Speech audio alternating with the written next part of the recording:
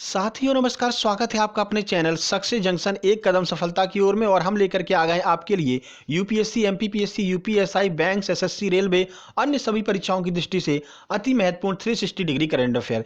जैसा कि आपको पता है, आप करंट अफेयर का पैटर्न चेंज हो गया है। आपसे करंट अफेयर के बारे में डीपली नॉलेज मांगी जाती है।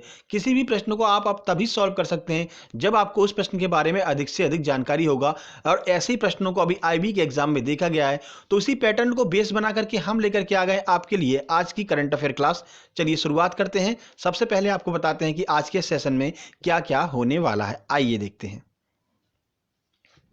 तो टुडे सेशन की बात कर लेते हैं। सबसे पहले यस्टरडे का रिवीजन कराया जाएगा, यानी कल जो हमने आपको करंट अफेयर कराए हैं रैंडमली, उनमें से 3 प्रश्न आपसे पूछे जाएंगे और आपको खुद ये जज करना है कि कल वाले प्रश्न आपको याद हैं या फिर नहीं याद हैं। उसके बाद टुडे करंट अफेयर, यानी आज की जो भी महत्वपूर्ण करंट अफेयर के प्रश्न बन रहे होंगे with full animation, full detail में जानकारी के साथ में आपको कराए जाएंगे।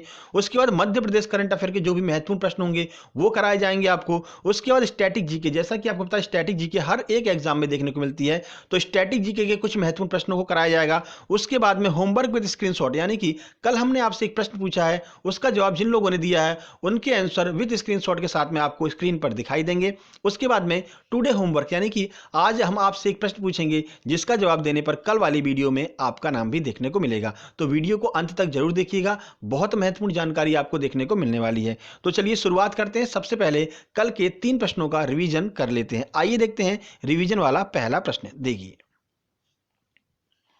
तो किस राज्य सरकार ने ब्लैक फंगस नामक बीमारी को महामारी घोषित कर दिया है? उत्तर प्रदेश, राजस्थान, मध्य प्रदेश या फिर बिहार? आइए आंसर देख लेते हैं।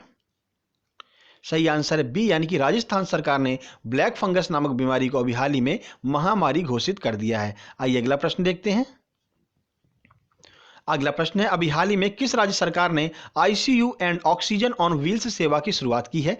कर्नाटक, केरल, तमिलनाडु या फिर इनमें से कोई नहीं? चलिए आंसर देख लेते हैं।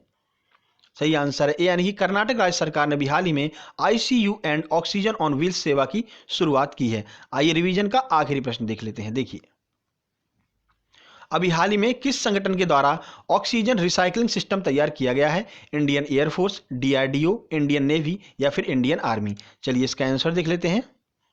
सही आंसर है सी, यानी कि इंडियन नेवी के द्वारा अभी हाल ही में ऑक्सीजन रिसाइकलिंग सिस्टम तैयार किया गया है। तो इन प्रश्नों के बारे में कल हमने आपको पूरी डिटेल में जानकारी दी थी। अगर आप इनकी डिटेल जानकारी देखना चाहते हैं तो इस वीडियो के खत्म होने के बाद में कल वाली वीडियो जरूर देख लीजिएगा, ठीक है। तो चलिए शुरुआत करते हैं आज के करंट अफेयर की क्लास की। देखिए, तो 22 मई टुडे करंट अफेयर की शुरुआत करते हैं, बिल्कुल डिटेल में जानकारी देते हुए आगे बढ़ेंगे, ठीक है। आइए देखते हैं पहला प्रश्न आपसे क्या पूछ रहा है। देखिए पहला प्रश्न, तो आज का पहला प्रश्न है, अंतर्राष्ट्रीय चाय दिवस कब मनाया जाता है? अगर आप टी लवर हैं तो आपको इसके बारे में जानकारी होनी चाहिए, क्योंकि आपसे इंटरव्यू में यह प्रश्न पूछा जा सकता है, ठीक है। ऑप्शन ए है 20 मई, ऑप्शन बी है 18 मई, ऑप्शन सी 21 मई, ऑप्शन नंबर डी है 15 मई। चलिए इसका आंसर देख लेते हैं। सही आंसर सी, यानी कि 21 मई को अंतर्राष्ट्रीय चाय दिवस मनाया जाता है। चलिए इस प्रश्न के बारे में आपको कुछ डिटेल में जानकारी देते हैं। देखिए, तो अंतर्राष्ट्रीय चाय दिवस प्रतिवर्ष 21 मई को मनाया जाता है। यह पहली बार 2020 में मनाया गया था, तो आपको याद रखना है पहली बार 2020 में मनाया गया था। वर्ष 2021 की थीम क्या है? थीम जरूर पूछते हैं एग्जाम में, तो याद रखिएगा टी एंड फेयर ट्रेड जो है वो वर्ष 2021 की अंतर्राष्ट्रीय चाय दिवस की थीम है, ठीक है। चाय जो है वो पानी के बाद दुनिया में सबसे ज्यादा प्रयोग किए जाने वाला पेय पदार्थ है। इतना लोग कोल्ड ड्रिंक भी नहीं पीते जितना चाय पीते हैं, ठीक है। लोगों की दिन की शुरुआती चाय के साथ में होती है, तो आपको पता ही होगा। अगर आप अभी हमारी वीडियो देख रहे हैं 7:30 बजे के टाइम पे, तो आप अभी भी चाय पी रहे होंगे, है ना। चलिए आगे बढ़ते हैं। इसका सबसे ज्यादा उत्पादन कहां पर होता है? तो सबसे ज्यादा उत्पादन भारत, चीन, नेपाल, केन्या, श्रीलंका जैसे एशियाई देशों में सबसे ज्यादा जो है वो चाय का उत्पादन होता है। और यहां से जो है विदेशों से लोग आते हैं चाय को लेने के लिए, ठीक है। एक महत्वपूर्ण प्रश्न बनेगा कि भारत की किस चाय को जीआई टैग प्रदान किया गया है? तो याद रखिएगा जीआई टैग प्राप्त करने वाली एकमात्र चाय दार्जिलिंग की चाय है, और सबसे पहला जो जीआई टैग है वो भी दार्जिलिंग की ही चाय को दिया गया था, ठीक है। चलिए आगे बढ़ते हैं, अगले प्रश्न की ओर चलते हैं। देखिए, अभी हाल ही में ग्लोरी ऑफ इंडिया अवार्ड से किसे सम्मानित किया गया है? और ये अवार्ड दिया गया है, बहुत महत्वपूर्ण प्रश्न है क्योंकि पिछली बार जिसको ये दिया गया था वो तुरंत यूपीपीसीएस में पूछ लिया गया था। ठीक है, तो याद रखिएगा। ऑप्शन ए है खुशहाल कौशिक, ऑप्शन बी है अजय देवगन, ऑप्शन सी अदार पूरेवाला, या फिर ऑप्शन नंबर डी है बिलाल सईद। चलिए आंसर देख लेते हैं कि किसे ये जो है ग्लोरी अवार्ड दिया गया है। आइए देखते हैं। सही आंसर है ए, यानी कि खुशहाल कौशिक को अभी हाल ही में ग्लोरी ऑफ इंडिया अवार्ड से सम्मानित किया गया है। चलिए इस प्रश्न के बारे में कुछ डिटेल में आपको जानकारी दे देते हैं। देखिए, तो साइबर सुरक्षा के दिग्गज खुशहाल कौशिक ने हाल ही में इंडियन अचीवर फोरम द्वारा प्रतिष्ठित ग्लोरी ऑफ इंडिया अवार्ड 2020 जीता है। तो ये अवार्ड देता कौन है? तो याद रखिएगा, इंडियन अचीवर फोरम जो है वो इस अवार्ड को देता है। नाम क्या है? तो ग्लोरी ऑफ इंडिया अवार्ड 2020। किसने जीता है? तो खुशहाल कौशिक ने इस अवार्ड को जीता है। देखिए, यह पुरस्कार विभिन्न क्षेत्रों और वर्गों में पेशेवरों और दिग्गजों को उनकी उपलब्धियों के माध्यम से उत्कृष्टता, योग्यता और देश के विकास को बढ़ावा देने के लिए दिया जाता है। इस पुरस्कार की प्राप्ति के बाद खुशहाल कौशिक किरण बेदी, सुशील कुमार जैसे दिग्गजों में शामिल हो गए हैं जिन्हें यह पुरस्कार मिल चुका है। ठीक है, तो बस आपको इतना याद रखना है किसे अभी हाल ही में दिया गया। तो याद रखिए, खुशहाल कौशिक को अभी हाल ही में ग्लोरी ऑफ इंडिया अवार्ड दिया गया है। ठीक है, चलिए आगे बढ़ते हैं अगले प्रश्न की ओर। देखिए, अगला प्रश्न है, इनमें से कौन सा स्थल यूनेस्को की विश्व धरोहर की संभावितों में शामिल किया गया है? सतपुड़ा टाइगर रिजर्व, कांचीपुरम के मंदिर, वाराणसी आइकॉनिक रिवर फ्रंट, या फिर उपरोक्त सभी। चलिए आंसर देख लेते हैं। सही आंसर डी, यानी कि उपरोक्त सभी। इन सभी स्थानों को अभी हाल ही में यूनेस्को की विश्व धरोहर सूची की संभावितों में शामिल किया गया है। चलिए कौन कौन से वे 8 स्थान हैं, जिनको 6 स्थान है जिनको अभी शामिल किया गया है, पूरी जानकारी आपको दे देते हैं। देखिए, तो 6 भारतीय स्थानों को यूनेस्को की विश्व धरोहर सूची में जो है शामिल किया गया है, संभावितों की सूची में। अब ये 6 स्थान कौन कौन से हैं? देखिए, Satpura tiger reserve, Narmada valley Jabalpur में भेड़ाघाट, ऐतिहासिक शहर वाराणसी का आइकॉनिक रिवर फ्रंट, और हीरे बेनकल का मेगालिथ साइट, महाराष्ट्र का सैन्य स्थापत्य, और कांचीपुरम के मंदिर। इतने स्थानों को जो है अभी हाल ही में संभावितों की सूची में शामिल किया गया यूनेस्को में। ठीक है, अब यूनेस्को की भारत की संभावित सूची में कुल 48 प्रस्ताव है, यानी कि टोटल अब तक 48 प्रस्ताव जो है वो दिए जा चुके हैं किसको? यूनेस्को को, उनकी मतलब की सूची में शामिल करने के लिए। ठीक है, और 6 लोगों को अभी हाल ही में जोड़ा गया है। ठीक है, अब देखिए, यूनेस्को की बात कर लेते हैं तो यूनेस्को का मुख्यालय कहाँ पर है? तो पेरिस फ्रांस में जो है वो यूनेस्को का मुख्यालय स्थित है। इन 6 स्थानों का नाम आप याद रखिएगा, आपसे परीक्षाओं में पूछा जा सकता है। चलिए आगे बढ़ते हैं अगले प्रश्न की ओर। देखिए, 2021 में माउंट एवरेस्ट पर चढ़ने वाली पहली भारतीय महिला कौन बन गई हैं? ऑप्शन है कामिरीटा, ऑप्शन बी है बछेंद्री पाल, ऑप्शन सी है तासी यांगझोम, या फिर ऑप्शन नंबर डी है इनमें से कोई नहीं। चलिए आंसर देख लेते हैं। सही आंसर है सी, यानी कि तासी यांगझोम जो है वो माउंट एवरेस्ट पर 2021 में चढ़ने वाली भारत की पहली महिला बन गई हैं। देखिए, माउंट एवरेस्ट पर ऐसे ही नहीं घूमते रहते हैं, लाइन लगाकर बैठे हैं, देखिए वहां से लेकर के यहाँ तक। ठीक है, तो याद रखिएगा, ऐसे ही नहीं माउंट एवरेस्ट पर पहुंच जाते हैं, बहुत मेहनत करनी पड़ती है। चलिए आगे बढ़ते हैं। देखिए, तो अरुणाचल प्रदेश की तासी यांगझोम इस सीजन में माउंट एवरेस्ट फतह करने वाली पहली भारतीय महिला बन गई। तो याद रखिएगा, कहाँ की है तासी यांगझोम? अरुणाचल प्रदेश की है। बिल्कुल पूछा जा सकता है परीक्षाओं में। उन्होंने 11 मई 2021 को चढ़ाई पूरी कर ली थी, 9 मई को उन्होंने चढ़ाई प्रारंभ की थी। देखिए, दिरांग में national institute of mountaineering and allied sport, यानी कि NIMAS, ये पूछा जा सकता है प्रश्न, निमास का फुल फॉर्म क्या है? तो याद रखिएगा, national institute of mountaineering and allied sport जो है वो निमास का फुल फॉर्म है। प्रशिक्षण प्राप्त किया था इन्होंने, और 9 मई को माउंट एवरेस्ट पर चढ़ाई प्रारंभ की थी। ठीक है, तो इसमें इन्होंने प्रशिक्षण प्राप्त किया था। इस उपलब्धि के साथ वह माउंट एवरेस्ट को फतह करने वाली निमास की 9वीं पर्वतारोही बन गई हैं। यानी कि 8 पर्वतारोही जो निमास के हैं वो इससे पहले माउंट एवरेस्ट पर चढ़ चुके हैं, और ये 9वीं पर्वतारोही हैं जिन्होंने यहाँ पर चढ़ाई पूरी की है, और इन्होंने जो है निमास में ट्रेनिंग ली है। ठीक है, निमास का फुल फॉर्म याद रखिएगा। चलिए आगे बढ़ते हैं, अगले प्रश्न की ओर चलते हैं। देखिए, तो भारतीय नौसेना का पहला विध्वंसक जो 21 मई को सेवा मुक्त हो गया कौन सा है? INS सिंधु चक्र, INS राजपूत, INS तलवार, या फिर INS कोलकाता। चलिए आंसर देखते हैं। सही आंसर है बी, यानी कि INS राजपूत जो है वो भारतीय नौसेना का पहला विध्वंसक था जिसको 21 मई को रिटायर कर दिया गया है। आइए कुछ जानकारी देखते हैं। तो 41 वर्षों की सेवा के बाद भारतीय नौसेना का पहला विध्वंसक आईएनएस राजपूत 21 मई 2021 को सेवा मुक्त हो गया। इस विध्वंसक पोत को जॉर्जिया में आईएनएस राजपूत के रूप में यूएसएसआर तत्कालीन भारतीय राजदूत आई के गुजराल के द्वारा कमीशन किया गया था। यानी कि यूएसएसआर में जो है इसको बनाया गया था और वहां पर तत्कालीन राजदूत कौन थे? आई के गुजराल, उन्होंने इसको कमीशन किया था। ठीक है। कैप्टन गुलाम एम हीरानंदानी उनके पहले कमांडिंग ऑफिसर थे। तो आईएनएस राजपूत के पहले कमांडिंग ऑफिसर कौन है? ये आपको याद रखना है, कैप्टन गुलाम एम हीरानंदानी। ठीक है, आगे बढ़ते हैं। इसका निर्माण निकोलेव यूक्रेन में उसके मूल नाम नौदेजनी से किया गया था। अब इसका नाम पूछा जा सकता है, जो मूल नाम क्या था इसका आईएनएस राजपूत का, तो याद रखिएगा नादेजनी जो है वो आईएनएस राजपूत का मूल नाम था। यानी फिर जब वो भारत में आ गया तो इसका नाम बदल दिया गया, भारत में आने के बाद इसका नाम जो है वो आईएनएस राजपूत कर दिया गया था। ठीक है, चलिए आगे बढ़ते देखिए। अभी हाल ही में बांग्लादेश की प्रधानमंत्री शेख हसीना ने कितने व्यक्तियों को बांग्लादेश का सर्वोच्च नागरिक पुरस्कार स्वाधीनता पुरस्कार 2021 से सम्मानित किया? ऑप्शन ए है 5, ऑप्शन बी है 7, ऑप्शन सी है 9, ऑप्शन नंबर डी है 11। चलिए आंसर देखते हैं। सही आंसर सी, यानी कि 9 लोगों को अभी हाल ही में बांग्लादेश के प्रतिष्ठित पुरस्कार स्वाधीनता पुरस्कार 2021 से सम्मानित किया गया है। आइए देखते हैं कुछ जानकारी। अब देखिए, उन 9 लोगों का जो नाम है वो हमारे लिए महत्वपूर्ण नहीं है कि ठीक है, क्योंकि हमारी परीक्षाओं में ये नहीं आएगा कि उन 9 लोगों के नाम बताइए। लेकिन क्योंकि बांग्लादेश न्यूज़ में है तो बांग्लादेश की स्टैटिक जानकारी आपसे जरूर पूछी जा सकती है। देखिए, अभी हाल ही में बांग्लादेश की प्रधानमंत्री शेख हसीना ने बांग्लादेश के 9 व्यक्तियों को सर्वोच्च नागरिक पुरस्कार स्वाधीनता पुरस्कार 2021 से सम्मानित किया है। तो जैसे अपने यहाँ भारत रत्न होता है, वैसे वहाँ पर बांग्लादेश में जो होता है वो स्वाधीनता पुरस्कार होता है। ठीक है, तो 9 लोगों को अभी हाल ही में सम्मानित किया गया है। स्वाधीनता पुरस्कार को ही स्वतंत्रता पुरस्कार के नाम से भी जाना जाता है। अब देखिए, बांग्लादेश की बात कर लेते हैं। तो बांग्लादेश की राजधानी है ढाका, मुद्रा है टका, राष्ट्रपति हैं अब्दुल हमीद, प्रधानमंत्री कौन है? तो शेख हसीना वहाँ की प्रधानमंत्री हैं, और राष्ट्रीय खेल क्या है? तो कबड्डी जो है वो बांग्लादेश का राष्ट्रीय खेल है। ये स्टैटिक जानकारी जो है बांग्लादेश की आपसे पूछी जा सकती है। ठीक है, चलिए आगे बढ़ते हैं। देखिए, अभी हाल ही में किस राज्य सरकार ने अस्पताल में बेड बुकिंग के लिए अमृत वाहिनी ऐप लॉन्च किया है? उत्तराखंड, झारखंड, बिहार या फिर गुजरात? इसका आंसर दिख रहा है, कोई बात नहीं। सही आंसर है बी, यानी कि झारखंड राज्य सरकार ने अभी हाल ही में बेड बुकिंग के लिए अमृत वाहिनी ऐप लॉन्च किया है। चलिए कुछ जानकारी आपको देते हैं। तो झारखंड सरकार ने अपने राज्य के नागरिकों के लिए अस्पतालों में बेड बुकिंग के लिए अमृत वाहिनी ऐप लॉन्च किया है। इस ऐप की मदद से झारखंड के लोग अस्पतालों में मौजूदा खाली बेड के बारे में जानकारी प्राप्त कर सकते हैं और उसको तुरंत बुकिंग भी कर सकते हैं। ठीक है, बुकिंग किया गया बेड अगले 2 घंटे के लिए आरक्षित कर दिया जाएगा।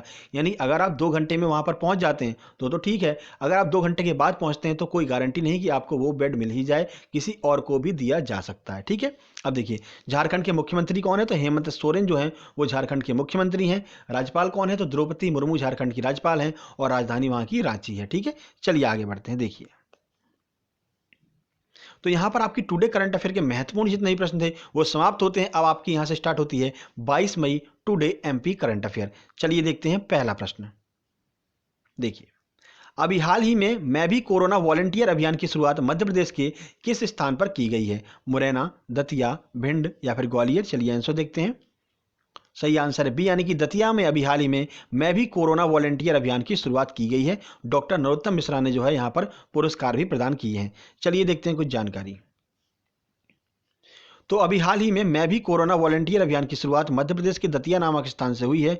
इस अभियान के तहत कोरोना के प्रति जागरूक जो लोग हैं वो कोरोना वॉलंटियर के रूप में अपना रजिस्ट्रेशन करा सकते हैं और घर घर जाकर के कोरोना के बारे में लोगों को जागरूक कर सकते हैं।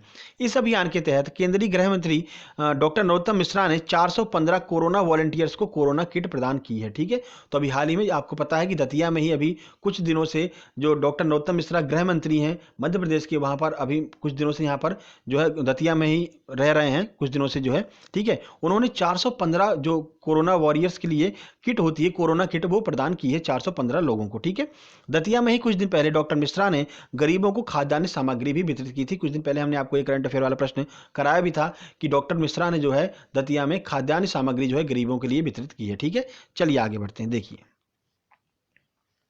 तो कोविड-19 की दूसरी लहर के दौरान मृत्यु होने पर मध्य प्रदेश सरकार व्यक्ति के परिजनों को कितने रुपए की वित्तीय सहायता प्रदान करेगी? 5 लाख रुपए, 1 लाख रुपए, 10 लाख रुपए या फिर 3 लाख रुपए? चलिए आंसर देख लेते हैं। सही आंसर है बी, यानी कि 1 लाख रुपए की सहायता राशि, अनुग्रह राशि जिसे कह सकते हैं, प्रदान की जाएगी मध्य प्रदेश सरकार के द्वारा अगर कोविड-19 की दूसरी लहर में मृत्यु होती है तो। देखिए, तो मध्य प्रदेश राज्य सरकार के द्वारा कोविड-19 की दूसरी लहर में किसी की मृत्यु होने पर उसके परिवारजनों को 1 लाख रुपए की सहायता राशि प्रदान की जाएगी। ये राहत मुख्यमंत्री कोविड-19 विशेष अनुग्रह योजना के तहत प्रदान की जाएगी, जिसका उद्देश्य कोविड की वजह से प्रभावित परिवारों की सहायता करना है। ठीक है, ये योजना 30 मई 2021 से 31 जुलाई 2021 तक के लिए लागू की गई है। मध्य प्रदेश सरकार ने कोविड-19 की वजह से अपने माता पिता को खो चुके बच्चों के लिए 5,000 रुपये प्रतिमाह सहायता राशि देने की भी घोषणा की थी, और ये भी कहा था कि अगर कोई मतलब कि अपना रोजगार प्रारंभ करना चाहता है और उसको लोन चाहिए होगा तो वो जो है बिना ब्याज का लोन ले सकता है, और सरकार जो है अपनी गारंटी पर उसे लोन प्रोवाइड कराएगी। साथ ही साथ में आपको बता दें कि कर्मचारियों के लिए, जो सरकारी कर्मचारी हैं, उनके परिवार में अगर सरकारी कर्मचारी की मृत्यु हो जाती है तो उनके परिवारजनों को 5 लाख रुपए की अनुग्रह राशि मुख्यमंत्री शिवराज सिंह चौहान जी के द्वारा दी जाएगी। ये सारे प्रश्न आपके लिए अति महत्वपूर्ण है आपकी परीक्षा की दृष्टि से। चलिए आगे बढ़ते हैं। देखिए, तो मध्य प्रदेश से चुने गए कैबिनेट मंत्री नरेंद्र सिंह तोमर ने अभी हाल ही में विश्व मधुमक्खी दिवस पर कौन सी परियोजना चालू की है? कोविड निराकरण, शहद परीक्षण प्रयोगशाला, मधुमक्खी पालन परियोजना, या फिर इनमें से कोई नहीं? चलिए आंसर देख लेते हैं। सही आंसर है बी, यानी कि शहद परीक्षण प्रयोगशाला परियोजना अभी हाल ही में नरेंद्र सिंह तोमर जी के द्वारा शुरुआत की गई है। आइए कुछ जानकारी आपको देते हैं। देखिए, तो विश्व मधुमक्खी दिवस के अवसर पर केंद्रीय कृषि मंत्री नरेंद्र सिंह तोमर ने 20 मई 2021 को भारतीय कृषि अनुसंधान संस्थान पूसा नई दिल्ली में शहद परीक्षण प्रयोगशाला स्थापित करने की योजना का शुभारंभ किया है। परियोजना की स्थापना राष्ट्रीय मधुमक्खी पालन और शहद मिशन के तहत मधुमक्खी पालन तथा शहद उत्पादन में गुणवत्ता लाने के लिए की जा रही है। ठीक है, नरेंद्र सिंह तोमर का संबंध मध्य प्रदेश के मुरैना जिले से, ये भी आपको याद रखना है। तो जो मधुमक्खी पालन है और जो शहद उत्पादन है उसमें गुणवत्ता बढ़ाई जाए, उसके लिए इस योजना की शुरुआत जो है नरेंद्र सिंह तोमर जी के द्वारा की गई है। ठीक है, चलिए आगे बढ़ते हैं। देखिए, तो यहां से आपका स्टैटिक जीके का संग्राम स्टार्ट होता है। स्टैटिक जीके के महत्वपूर्ण प्रश्न आपको कराए जाएंगे और आपको भी खुद ये जज करना है कि आपको ये प्रश्न पता थे या फिर नहीं। चलिए देखते हैं पहला प्रश्न स्टैटिक जीके का। देखिए, तो सत्य के साथ मेरे प्रयोग पुस्तक के लेखक कौन है? चंद्रशेखर आजाद, गोपाल कृष्ण गोखले, महात्मा गांधी, या फिर रविंद्रनाथ टैगोर? चलिए आंसर देख लेते हैं। सही आंसर है सी, यानी कि महात्मा गांधी जो है उन्होंने ये किताब लिखी है सत्य के साथ मेरे प्रयोग। देखिए, तो भारत के राष्ट्रपिता महात्मा गांधी का जन्म 2 अक्टूबर 1869 को हुआ था। ये तो सबको ही पता, सबने निबंध याद किया होगा बचपन में, है ना। देखिए, तो सत्य के साथ मेरे प्रयोग उनकी आत्मकथा है। नवजीवन और हरिजन नामक जो पत्र हैं वो गांधी जी के द्वारा ही निकाले गए थे। तो दोनों पत्रों का नाम भी आपको याद रखना है। चलिए आगे बढ़ते हैं, अगले प्रश्न की ओर चलते हैं। देखिए, तो हरित क्रांति के कार्यान्वयन के लिए सबसे पहले किस राज्य को चुना गया था? आपको ये तो पता होगा कि हरित क्रांति जो है विश्व में किसने शुरुआत की? नॉर्मन बोरलॉग ने। उसके भारत में किसने शुरुआत की? तो स्वामीनाथन ने। लेकिन क्या आपको ये पता है कि सबसे पहले किस राज्य में शुरुआत किया गया था? पंजाब, हरियाणा, उत्तर प्रदेश, या फिर राजस्थान? चलिए आंसर देखते हैं। सही आंसर है ए, यानी कि पंजाब में जो है सबसे पहले हरित क्रांति का कार्यान्वयन शुरुआत की गई थी। देखिए,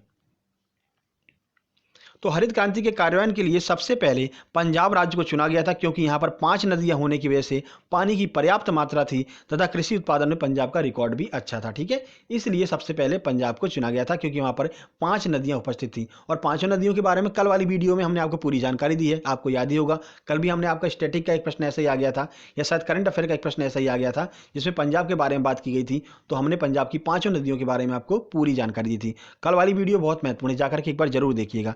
चलिए आगे बढ़ते हैं। इनमें से किस ग्रह को इवनिंग स्टार भी कहा जाता है? बुध, शुक्र, पृथ्वी, या फिर मंगल? चलिए आंसर देखते हैं। सही आंसर है बी, यानी कि शुक्र ग्रह को इवनिंग स्टार भी कहा जाता है। देखिए कुछ जानकारी। तो शुक्र ग्रह को इवनिंग स्टार या फिर भोर का तारा भी कहा जाता है। इसे पृथ्वी की बहन भी कहा जाता है, क्योंकि यह पृथ्वी की तरह ही अपने अक्ष पर झुका हुआ है और यह सबसे चमकीला ग्रह भी है। ये सारी जानकारी आपको शुक्र ग्रह के बारे में होना अनिवार्य है।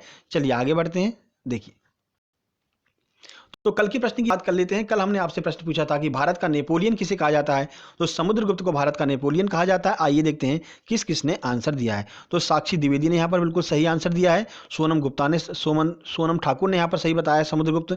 उसके बाद जितेंद्र भारद्वाज ने बिल्कुल सही जानकारी दी है और काफ़ी जानकारी इन्होंने दी है सेकंड वाले कमेंट में। उसके बाद हरीश बाबू ने सही जानकारी दी है। शैलेंद्र चौधरी ने काफ़ी अच्छी जानकारी दी है। शिल्पा वाखेड़े ने अच्छी जानकारी दी है। सचिन पारासर ने बताया समुद्रगुप्त को। पूजा दांगी ने बताया समुद्रगुप्त को। पूजा दांगी ने थैंक यू भी कहा है, बहुत बहुत धन्यवाद। उसके बाद अवंतिका शुक्ला ने भी यहाँ पर समुद्रगुप्त को बताया, बिल्कुल सही आंसर बताया है।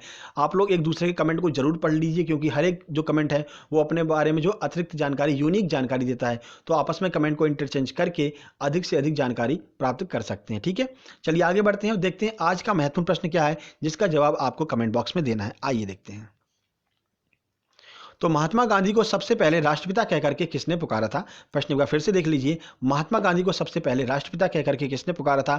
इस बात की पूरी जानकारी आपको कमेंट बॉक्स में देनी है और कमेंट बॉक्स में कमेंट जरूर किया कीजिएगा। कमेंट बॉक्स में कमेंट करने से सारे प्रश्न जो होते हैं वो आपके दिमाग में छप जाते हैं और कभी भी प्रश्न गलत नहीं होते हैं। ठीक है, उससे पहले हम आपको बता दें कि रोज दोपहर में 12:30 बजे हम MPPSC वालों के लिए एक प्रैक्टिस सेट लेकर के आते हैं। कल मध्य प्रदेश में भारतीय राज्य व्यवस्था का प्रैक्टिस सेट लेकर के आए थे। ठीक है, उससे पहले हम आपके लिए देखिए अर्थव्यवस्था यानी इकोनॉमिक्स का प्रैक्टिस सेट लेकर के आए थे। तो सारे प्रैक्टिस सेट जो है वो सभी परीक्षाओं की दृष्टि से महत्वपूर्ण है, क्योंकि हर एक एग्जाम में जो है इकोनॉमिक्स भी आती है, पॉलिटी भी आती है, इतिहास भी आता है। तो जो लोग अन्य परीक्षाओं की तैयारी कर रहे हैं वो भी आप जो है इस प्रैक्टिस सेट को देख सकते हैं रोज दोपहर में 12:30 बजे। ये वीडियो पसंद है, वीडियो को लाइक कीजिए, दोस्तों के पास शेयर कीजिए, चैनल को सब्सक्राइब करके नोटिफिकेशन बेल जरूर दबा लीजिए। हम मिलते हैं जल्द ही दोपहर में 12:30 बजे वाली वीडियो में। तब तक के लिए नमस्कार, धन्यवाद।